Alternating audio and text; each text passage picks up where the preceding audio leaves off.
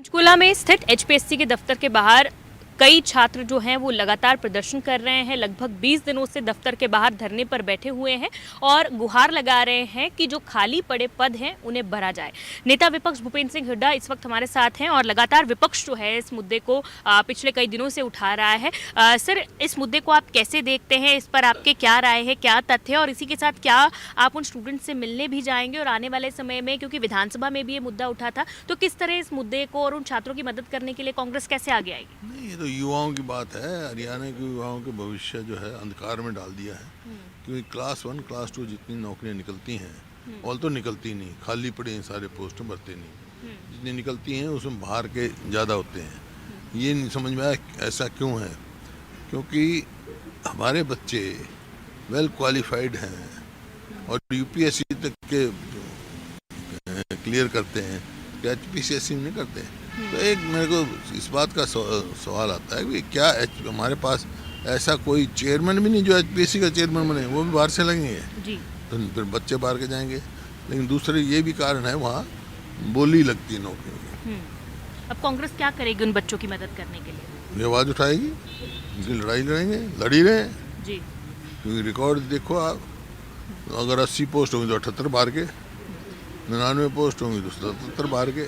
Sir, Haryana का budget भी आने वाला है। बजट को लेकर आपकी क्या उम्मीदें हैं, एक्सपेक्टेशन है? क्योंकि मुख्यमंत्री हर वर्गों से बातचीत कर रहे हैं, प्री बजट बैठक कर रहे हैं और उन्होंने कहा है कि विपक्ष से भी सुझाव ले रहे हैं, आम जनता से भी सुझाव ले रहे हैं। और क्योंकि विपक्ष हमेशा ये कहता है कि बजट में कर्ज जो है वो कर्ज हमेशा बढ़ाया जाता है, कर्ज कम होना चाहिए हरियाणा पे। लेकिन सत्ता पक्ष कहता है कि अगर कर्ज नहीं लेंगे तो विकास कार्य कैसे करेंगे? नहीं, कर्ज दो, विकास कार्य, लेकिन विकास कार्य तो करो, कुछ करो तो सही।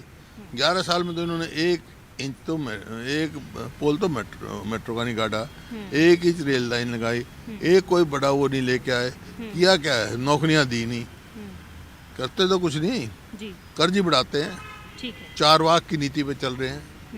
कर्जा लो, घी पियो, मरने के बाद कोई नहीं पूछेगा जी। सर, एक आखिरी सवाल, चंडीगढ़ पर जो है हरियाणा में नई विधानसभा भवन बनना था, उसको लेकर कहीं ना कहीं सरकार जो है थोड़ा ढीली पड़ी है, तो इसको लेकर कांग्रेस की क्या है चंडीगढ़ पर? क्योंकि आप हमेशा कहते हैं कि सरकार को क्लैरिफाई करना चाहिए कि आखिर किसका राइट है। नहीं, राइट नहीं, ये क्लैरिफाई करना चाहिए। आया चंडीगढ़ हरियाणा की राजधानी है कि नहीं है?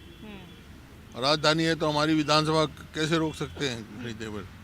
पहले पिछले स्पीकर थे, उन्होंने कहा भाई हमने लैंड भी आइडेंटिफाई कर लिया। अब गृह मंत्रालय ने कहा लैंड मिल नहीं सकती। क्लैरिफाई करें ना। ठीक है, बहुत शुक्रिया बातचीत करने के लिए। तो नेता विपक्ष और पूर्व मुख्यमंत्री भूपेंद्र सिंह हुड्डा बातचीत कर रहे थे और उन्होंने साफ तौर पर कहा है कि कर्ज जो है वो नहीं बढ़ना चाहिए, कर्ज सरकार पर कम होना चाहिए और सरकार ने क्या विकास कार्य किए हैं उस पर भी सवाल उठाए। और इसी के साथ सरकार से ये भी पूछा है कि आखिर चंडीगढ़ हरियाणा की राजधानी है या नहीं है, और क्यों हरियाणा के नए विधानसभा भवन को लेकर आगे बात नहीं की जा रही है, इसको लेकर सवाल खड़े किए हैं। कैमरा पर्सन अमित के साथ साक्षी शर्मा, इंडिया न्यूज़ हरियाणा, चंडीगढ़।